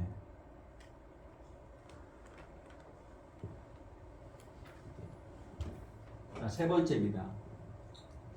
지금까지는 세상 일을 하느라고 시간을 보냈는데 이제 남은 생에는 주의 일만 하면서 보내고 싶습니다. 앞에서 했던 이야기 또 나왔습니다. 라고 말하는 것은 교회 봉사나 기독교 활동만을 주의 일로 여겨서 지금까지 해왔던 직장인을 세상 일로 생각하기 때문에 그랬어요. 성도들의 예배나 기도 봉사는 신앙의 종교적 면이고 평일에 세상에서의 삶은 신앙의 일상적 면이다. 주의 일은 종교적 일로 제한하지 않고 일상생활에 일어나는 일들 얼마나 주의 일의 범주에 들어갈 수 있습니다. 다시 반복하지만 여러분들이 직장에 열심히 일하는 그 업무가 무엇이다? 주의 일이에요. 그게 주의 일이에요. 그렇게 보셔야 됩니다.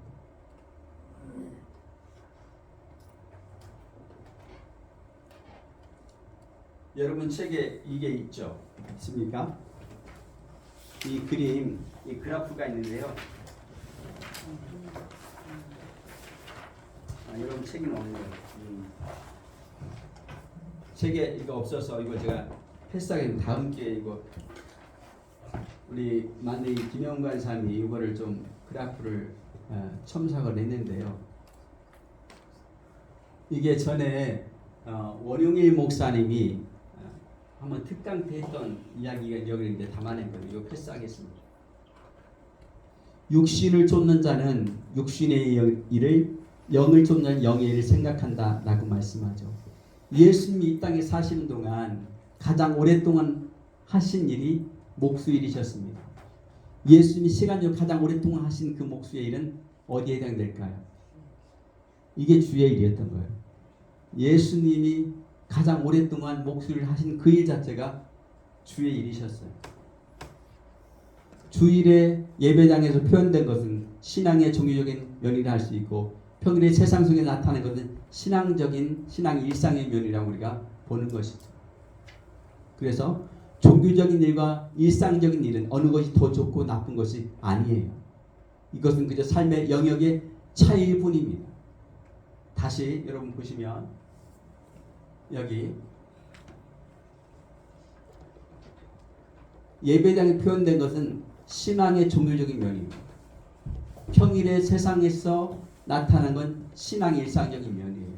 그럼 이것이 떨어지면 될까요? 아니요. 같이 가는 거예요. 불가분의 관계인 거예요. 그래서 종교개혁자들은 거룩한 것과 세속에 속한 것 사이의 구분을 거부했습니다. 그래서 거룩한 일로 여긴 주의 일이 종교적 일이나 교회에 관련된 일을 제한하지 않았어요. 일상생활에 일어난 일들도 얼마나 주의 일에 범주에 들어가는 것으로 이해했습니다. 그래서 교회뿐 아니라 가정과 일터, 작업장, 논과 밭까지도 하나님을 섬기는 장소가 될 수 있습니다. 혹시 여러분 강원도 예수원에 다녀오신 분들 계십니까?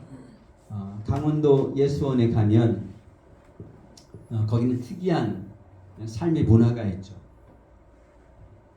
거기는 목회자나 집사님이나 권사님이나 삶의 그런 직분을 다 내려놓고 형제와 자매로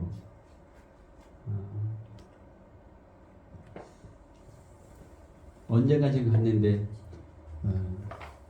카센터 하던 사장님이 거기 이제 사역자로 봉사를 하시고 있는 것을 제가 이제 만나고 왔었는데 대천덕 신부님이 거기 계실 때는 특이한 일들이 참 많았어요. 지금도 물론 잘 꾸려가고 있는데 그 예수원의 삶이 세상에 그대로 옮겨지면 어떤 일이 일어날까 하는 생각을 제가 해본 적이 있어요.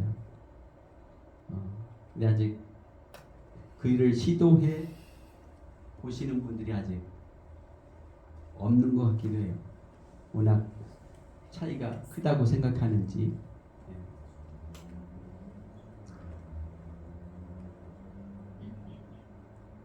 성경이 가르친 주의 일은 복음을 전하는 일을 포함하지만 그것으로만 제한되진 않습니다. 크리스천들이 일상에서 하는 모든 일에도 적용이 되죠. 축구 선수는 골을 차는 것이 바로 성직입니다. 주의 일을 하는 것. 그래서 모든 일을 죽게 하듯 해야 한다. 직장에서 자신의 말을 맡은 일을 하는 것이 주님을 섬기고 있다는 사실을 우리가 알아야 합니다. 반복된 이야기입니다. 술, 담배를 하는 줄정서하는 것과 같이 직장에서 윤리적인 차원에서 하는 일들도 신앙생활이므로 신앙의 양심에 꺼리낌이 없어야 하죠. 세상의 정치, 경제, 사회, 교육, 문화 등을 새롭게 변화시킨 것도 변화시킨 건 성도의 윤리, 도덕과 직결되는 문제이기도 합니다. 자, 지금까지 크리스천들은 크리스천의 신앙생활은 아무래도 교회를 중심으로 한 생활을 의미해 왔습니다. 6일간의 평일의 삶은 지금 주 5일째에서 5일간의 평일의 삶은 전혀 개의치 않고 성수주일만 잘하면 인정해 주는 것이 슬픈 현실이었습니다. 그러나 신앙에 실제로 적용되는 곳은 성도들이 가장 많은 시간을 보내는 직장이죠. 일주일 168시간 동안 가장 중요한 시간을 보내는 곳이 직장입니다. 그러므로 직장이야말로 신앙이 적용되고 신앙이 훈련되고 신앙이 성숙하게 되는 신앙생활의 현장이 바로 직장입니다. 그러니까 제가 앞에서 말씀드렸는데 교회 안에서보다도 직장에서 더 잘 사셔야 합니다. 그래야 예수 그리스도가 내 삶을 통해서 드러날 수 있어요. 정체성 우리의 마지막입니다. 같이 한번 읽어볼까요? 교회란 건물이나 제도가 아니라 예수 그리스도를 믿는 성도들의 모임입니다. 따라서 교회는 성도를 의미하기 때문에 흩어져 가정과 직장에 있을 때에도 교회를 지체로 세상에 현존합니다. 하나님은 모이는 교회뿐만 아니라 흩어지는 교회도 임재하여 역사를 통치하십니다. 모이는 교회로서의 역할, 흩어지는 교회로서의 역할.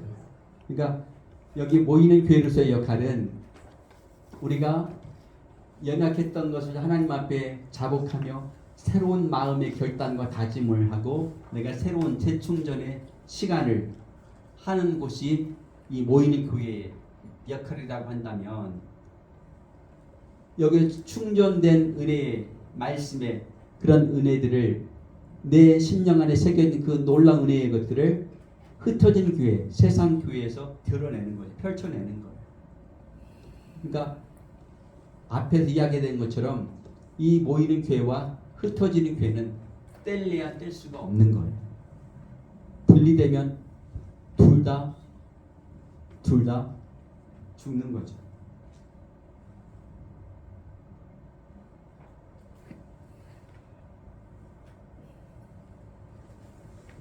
교회란 건물이나 제도 안에 예수 그리스도를 믿는 성들의 모임이죠. 따라 교회는 성들을 의미하기 때문에 흩어져 가정과 직장에 있을 때에도 교회의 지체로 세상에 현존합니다.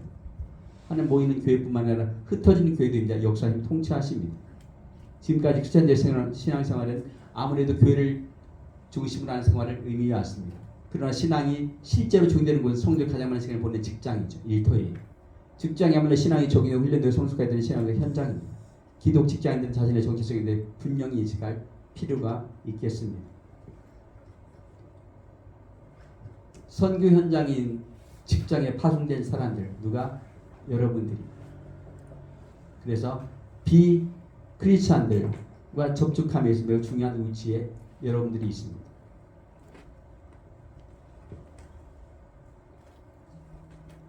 교회는 하나님의 나라가 이 땅에 만들어 세우신 선교의 거점이고 직장의 실제 복음을 전하는 일선 전투장이라 우리가 말할 수 있겠어요.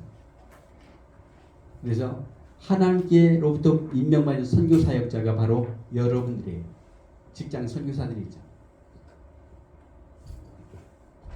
그래서 전도, 양육, 훈련, 파송 이론이 40%, 실천 40%, 점검 20%.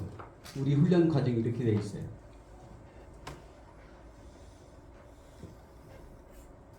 그래서 무슨 하든지 마음을 다해 죽게 하듯 하고 사람에게 한듯 하지 말라라고 하는 말씀이 오늘 우리 안에 심령 안에 새겨져야 합니다. 자, 이 중요한 말이 있는데요. 자신이 맡은 일이 하나님께 주신 성직임을 인식하고 그 일을 죽게 하듯 해야 하는 것. 이제 여러분들이 이미 그렇게 잘 하고 계시리라 저는 믿는데요. 여러분들이 부서에서 맡겨진 일, 그 감당하는 것은 하나님께서 여러분에게 주신 귀한 성직이라는 의식이 필요하죠. 그래서 그 일을 최선 다해서 내가 역량을 발휘해낼 때 그 일을 통해서 하나님이 드러나십니다. 그 일을 통해서 하나님 영광 받으세요. 또 그 일을 통해서 그 역량을 드러내는 그 과정을 통해서 믿지 않는 세상의 직장의 동료들이 그 과정을 통해서 은혜 받고 도전 받고 예수 믿고 놀라운 구원의 일이 일어납니다. 그래서 여러분들이 필요해요. 그래서 여러분들이 이 소중한 시간들에서 훈련받고 이곳에 와 계신 거죠.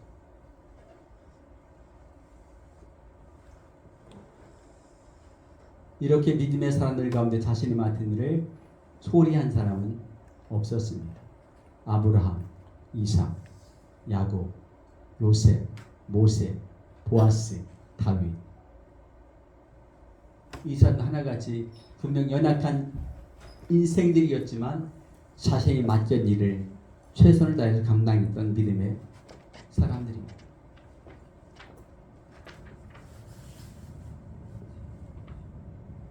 직장인 크리스찬도 직장에 보냄을 받아 그곳에 구원받아야 할 영혼들에게 복음을 전하기 위해서입니다.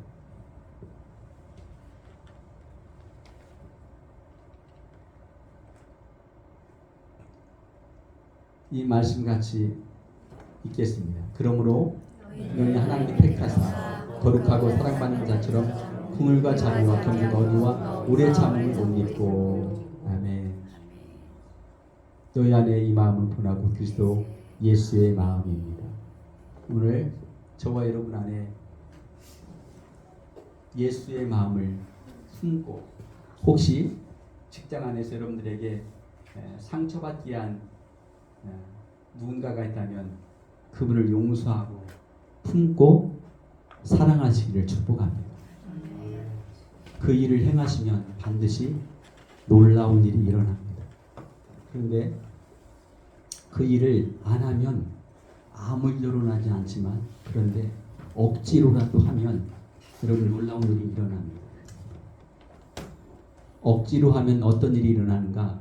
성경 마태복음 27장 32절, 그리고 마가복음 15장 21절로 23절에 나타난 사람, 그리고 누가복음에도 요한복음에도 그 사람이 등장하는데, 그 사람이 누군가 하면 구레네 사람 시몬이라는 사람이에요. 구레네 사람 시몬은 억지로 십자가를 졌다가 그 집안이 믿음의 명문 집안이 된 사람이에요. 억지로 했는데 하나님이 그를 놀랍게 변화시키시죠. 그러니까 여러분 혹시 직장에서 어떤 어려운 일을 만났을 때 하기 싫은데 해야 되나 말아야 되나, 그러나 기도함으로 억지로라도 한번 해보십시오. 그러면 하고 나면 놀라운 일이 일어납니다. 그게 하나님이 주신 은혜입니다. 제가 장시간 여러분 교재에 없는 내용까지 곁들여가면서 많은 이야기를 함께 나눴는데요. 여러분, 우리는 하나님께서 우리에게 세우신 직장, 선교사의 사명을 감당해내야 합니다. 저는 한국 교회 제2의 부흥이 어디에서부터 이루어질까? 직장에서부터 이루어질 수 있다라고 확신을 갖고 있습니다. 왜냐하면 앞에서 우리가 숫자 보았죠. 지금 현재 우리나라에 5,200만이 약간 안 되는데 5,200만 인구 가운데 3,000만이 넘는 사람이 직장 안에 살아가고 있습니다. 직장 안에 사는 그 많은 사람 누가 복음을 전하겠어요? 여러분과 같은 직장 그리스도인들, 그리스도인들이 복음을 전해야겠죠. 그래서 훈련된 여러분들, 하나님께서 순종된 여러분들이 필요합니다. 저는 그 여러분들을 한 분 한 분 세우기 위해서 더 기도하겠고 혼신의 힘을 다해서 여러분들을 섬기도록 하겠습니다. 함께 기도하죠. 하나님 고맙습니다. 하나님께서 우리에게 직장 선교사로서의 소명을 갖게 하시고, 하나님 그 마음 주셔서 이 시간 우리가 허락받은 직장 일터 가운데서 성심을 다하여 감당해야 함을 다시 한번 깨닫습니다. 하나님 행여 그냥 시간을 보내고 그냥 일을 충성스럽게 해내지 않은 부분이 있었다면 저희를 용서하시고 사하시고, 하나님 이제 이후로 우리가 어떤 일을 우리가 맡게 되든지 성심을 다해서 최선 다해서 감당해내도록, 그래서 우리의 그 일하는 모든 업무의 자세들이 하나님께 영광이 되고 믿지 않는 직장 동료에게 예수 그리스도 그 사랑의 증거되고 선포되어지도록 은혜 부어 주옵소서. 우리를 사랑하시는 예수님의 이름으로 기도합니다. 아멘. 시간